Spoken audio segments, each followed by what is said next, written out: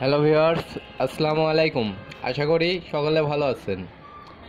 আপনি কি ফটোশপে কোনো ছবি এডিট করেছেন এবং এখন সেটা প্রিন্ট করতে চাইছেন, কিন্তু বুঝে উঠতে পারছেন না কিভাবে করবেন? তাহলে আপনি একদম সঠিক জায়গায় এসেছেন। আজকের এই ভিডিওতে আমি আপনাকে ধাপে ধাপে দেখাবো ফটোশপ থেকে কিভাবে সহজেই ছবি প্রিন্ট করবেন। Print setting, paper size, resolution থেকে শুরু করে সঠিক ফরম্যাটে প্রিন্ট করে সব কিছুই আপনি জানতে পারবেন এই ভিডিওটি শেষ পর্যন্ত দেখুন আর ফটোশপ থেকে প্রফেশনাল কোয়ালিটি প্রিন্ট বের করা পুরো প্রক্রিয়া শিখে নিন। চলুন শুরু করা যাক। তো প্রথমে আপনি আপনার ডেস্কটপ থেকে ফটোশপ সফটওয়্যারটি ওপেন করে নেবেন। আমি ওপেন করে নিচ্ছি।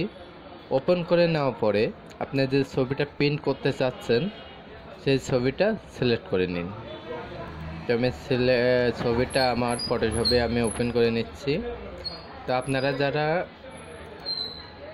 ছবি কিভাবে এডিট করতে হয় জানেন না, আমি এ বিষয়ে ভিডিও দিয়ে রাখছি, আপনারা চাইলে সেই ভিডিও দেখে নিতে পারেন। তো এরপরে যেটা করতে হবে, ছবিটা ধরুন আমি ছবিটা সিলেক্ট করেছি, এখন এই ছবিটা আমি প্রিন্ট করব।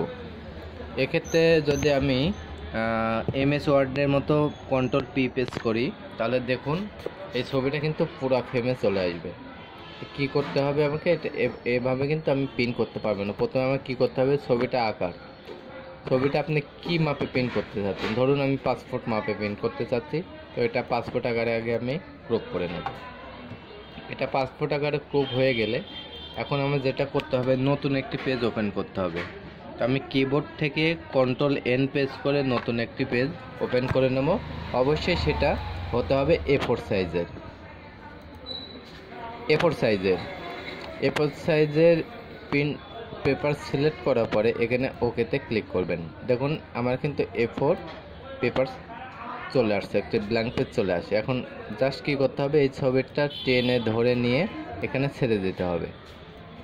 এখানে এক সাইডে রাখবেন, রাখার পরে এখন কি করবেন, এটা তো এক কপি হলো। এখন যদি আপনি কপি করতে চান তাহলে কিবোর্ডে অল্টার চেপে ধরে রেখে আপনি কপি করতে পারবেন।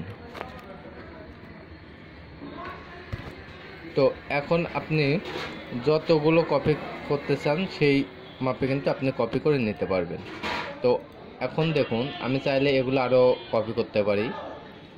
আমি জাস্ট আপনাদের দুইটা দিয়ে আমি দেখাবো। এখন আমি কন্ট্রোল পি প্রেস করব।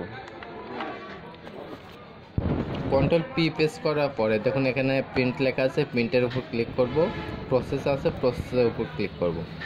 এখন প্রপার্টিজে চলে যাব। প্রপার্টিতে আসার পরে এখানে দেখুন লেটার আছে, অবশ্যই এটা এফোর্ট করে দেবেন।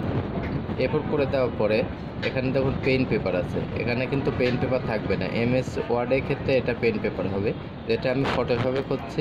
অবশ্যই এটা কী করবেন, এপসন মেড অথবা প্রিমিয়াম গ্লোসি যেটাই সিলেক্ট করেন, অবশ্যই পেন পেপার বাদে সিলেক্ট করবেন। তো এপসন মেড দিলাম। এখন যদি আমি এখানে দেখুন দুই রকম ক্যাটাগরি আছে, একটা স্ট্যান্ডার্ড আর একটা হাই। আমি যদি এখন স্ট্যান্ডার্ড সিলেক্ট করি তাহলে প্রিন্টটা কিন্তু একটু খারাপ আসবে, আর যখন আমি এটা হাই সিলেক্ট করবো তখন প্রিন্টটা কিন্তু ভালো আসবে, পাশাপাশি একটু প্রিন্ট নিতে সময় লাগবে। তো যারা ছবি কাজ করে বা ছবি প্রিন্ট করে তারা নর্মালি সবাই অধিকাংশ ক্ষেত্রে হাই ব্যবহার করে থাকে। তো আপনারা এক্ষেত্রে হাই ব্যবহার করবেন।